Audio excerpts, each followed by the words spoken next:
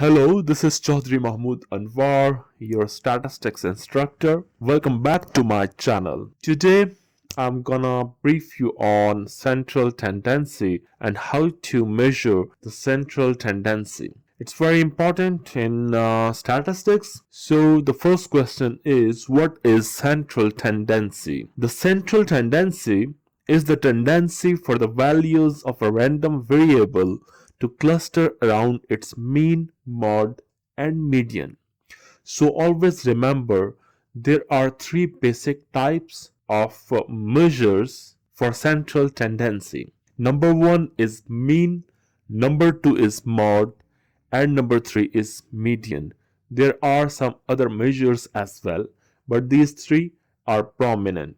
So number one is mean. Mean is also called average or arithmetic mean. To calculate mean, you will add all items, then divide the answer by the total number of items. For instance, you have this data set 3, 6, 2, 8, 2, 3. You will add these numbers and you will get 24. And these numbers are 6. Okay, total 6 numbers. So you will simply divide 24 by 6 and you will get 4. So the mean for this data set is 4. Let's see what is median. Median is the middle value of the data set. First, you need to order your data set from least to greatest and identify the middle value or the average of the two middles. For instance, you have this data set 179385. You need to order this data set from least to greatest. So you will write 135789. You will see that total number of digits are 6.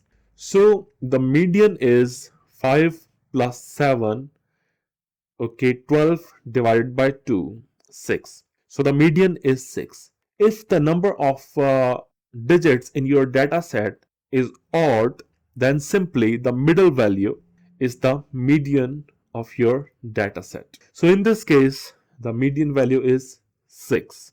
Let's see what is mode. Mode means most frequently occurring digit. Simply, you need to identify the number or numbers that occur the most often.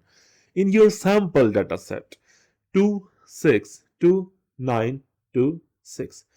You can see that 2 is repeating 3 times, 6 is repeating 2 times, and 9 is just 1 time.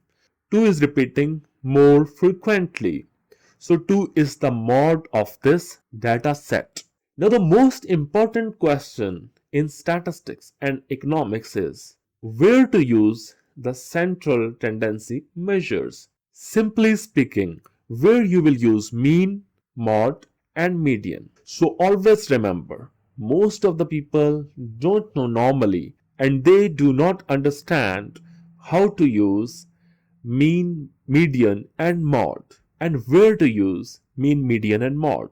So simply remember that whenever you are dealing with nominal data, the central tendency measure you will use is mode. And whenever you are dealing with ordinal data, you will use median as your central tendency measure. And whenever you encounter interval data, you will use mean or arithmetic mean as the central tendency measure. I hope you find this explanation easy to understand. Thank you very much for joining me today. Are you tired of rejection of your academic scholarship? Submit your research to International Journal of Management, Economics and Social Sciences. With us, you will experience a reputable publishing platform that will guarantee high-quality peer review. Our unique mentorship program enables you to develop your research to increase the chances of publication. Our editors are eminent researchers who will provide the much-needed impetus for your academic works. Visit www.ijmes.com